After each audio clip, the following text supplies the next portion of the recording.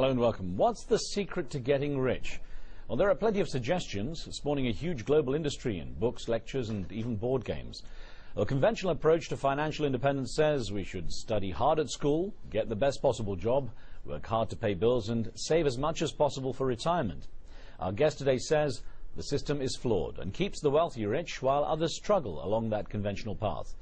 Robert Kiyosaki is an American entrepreneur who shot to fame more than a decade ago after self-publishing his first book, Rich Dad, Poor Dad, which attempts to teach people how to make money work for them as opposed to working for money. Well, today, the Rich Dad series has sold more than 26 million copies in 38 different languages. In his latest book, Conspiracy of the Rich, The 8 New Rules of Money, Robert Kiyosaki argues that our school system is a relic of the industrial age, geared to producing employees with almost no financial literacy. He says when it comes to basics like balance sheets, profits, losses, assets and liabilities, we are woefully ignorant and so not truly in control of our financial destiny. Robert Kiyosaki joins us today from Phoenix, Arizona. And so today we ask, is there a conspiracy of the rich to keep us financially ignorant? Remember, you can join our conversation with your questions and comments. And you can send an SMS or email, and we welcome your phone calls on the show. Robert Kiyosaki, great to have you on the program. Oh, thank you. It's my honor.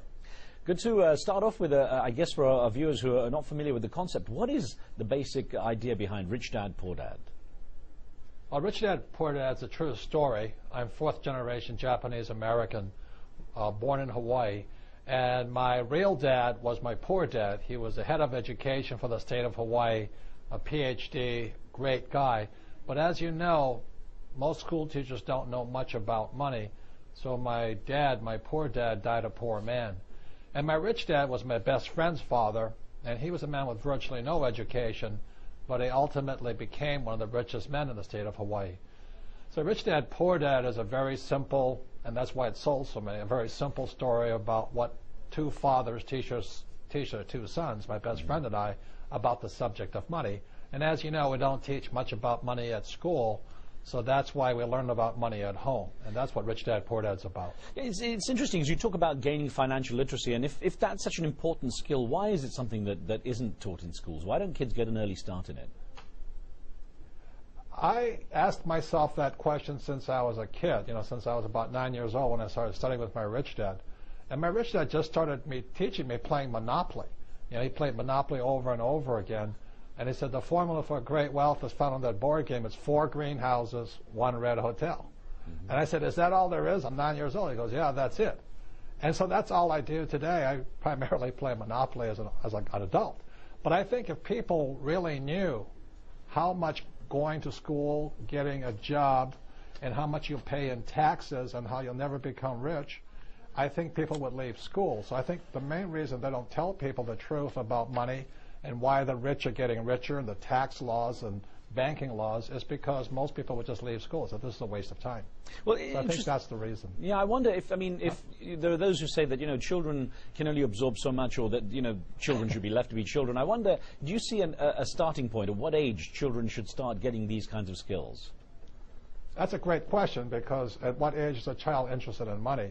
And I know kids who are like 5 years old, they know the difference between a $1 bill and a $20 bill. And so I think kids are naturally interested in money. And it doesn't have to be that serious. Like I said, I just started playing Monopoly, and I still play Monopoly today. I mean, it's that simple. Well, it's interesting. We talked about the education system just now. We had a viewer that sent in an email stating the following. It's from Syed Arshid, who wrote in saying, education is a kind of investment, like real estate. Now, I know that a number of educators and thought leaders believe the education system is flawed, and you also explained how you think a lot of people, if they knew what was going on with schools, would leave. What would you change in the schooling system? How do you see it as flawed? What would you change? Well, there's a number of things. Financial education begins with literacy. Do you understand the vocabulary of money? And do you know the difference between cash flow and capital gains? That's one. Do you understand the tax laws? When you say to a child, go to school or get a job or become a doctor, those people pay the highest percentage taxes at least in the United States. Where a person like me, I can make millions of dollars as an entrepreneur and an investor and pay 0 tax legally. So if you understood taxes and all that, plus how the investment world works, you might make other decisions about a life's course. What profession would you take up? I'm going to put a couple of emails to you because a couple of viewers expressed their views. The first one is from Khalfan Al-Aremi, who wrote in saying, for some people, education and a good job are the best ways to get rich. And another, who wrote in from Nigeria, Kunle Lawal, wrote in saying, graduates are being groomed to work for multinational corporations as the height of their careers, instead of owning one. Now, I wonder, in your opinion, is it possible to get rich working for someone else? Oh, yes, it is. I'm not against education. There's three basic types of education. There's academic, which is reading, writing, and arithmetic. It's very important. The second is professional, become a doctor or a lawyer. In my case, I became a ship's officer and an airline, I'm a pilot. But there's no financial education. And the reason when I got out of the military, I flew for the Marine Corps, the reason I didn't go on to become an airline pilot like my peers did was simply because I'd still been an employee. And the airline industry is in trouble today, so a lot of my peers lost their jobs anyway. But the tax laws really punish A students. It punishes them. Like I'll say it again, doctors and lawyers in America pay the highest percentage of taxes, where a guy like me who was a C student, I can make millions and pay zero. Well, Robert, I know a number of people who've picked up your books and actually do apply the principles that you say quite religiously to their the day-to-day lives. Now, I know you give some fairly controversial advice, so let's get to one or two things. You say cash is trash. What do you mean by that? Well, I said that about in 1981 I started saying that, and I got crucified for that. If you read Rich Dad, Poor Dad, I said your house is not an asset. And all my real estate friends, don't send me Christmas cards, or they hate me now for saying that.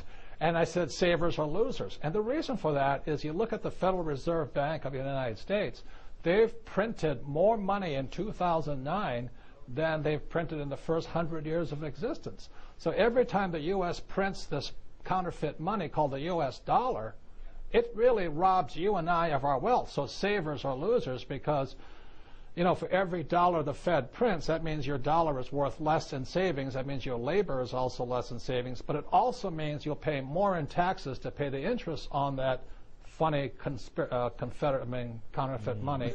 And then you'll pay it again in higher inflation. As you notice, gold keeps going up. So that's why I say cash is trash, simply because in Conspiracy of the Rich, I wrote about how in 1971, President Nixon took the dollar off the gold standard, which basically made all currencies, whether it be the yen or the euro or the shekel, it makes it worthless. They're not worth any money anymore. Well, they're just going down in purchasing power. Yeah. That advice, spend, don't save, does it apply even when you look at the current economic situation, when you look at people who are really struggling to get their money out into their basic needs? Yeah, it's really tragic. America had the lowest savings rate in the world, and then this crisis hit. Now they're the highest savings rate. And they're doing exactly opposite, and that's my whole point. If you knew what you were doing right now, I would be buying silver instead of trying to save dollars, because silver, for the first time in world history, if you knew, financial education is only a little bit of world history. Today, for the first time, there is more gold than silver on planet Earth. So gold's at $1,100, and silver's at 18. Well, silver's the biggest bargain on history. So I wouldn't be saving dollars. I would be shifting into silver or oil or gold. I feel the market's moving as you say that. Now, let me put a question to you that came in from a viewer in the USA. Linda Taylor in Michigan wrote in saying, you can't be an expert in everything. May as well allow an expert to handle your finances. How do you feel about that when someone says, well, look, I want to trust someone else with my money? Well, you got to ask yourself, is the person you're trusting your money a salesperson or a rich person? Most financial planners, and not, God bless them, but they're salespeople. They're not rich people. And the 401k, which most Americans invest in, or in Canada, the RRSP, or in Japan, the 401k, or the superannuation in Australia, they're the worst possible investment.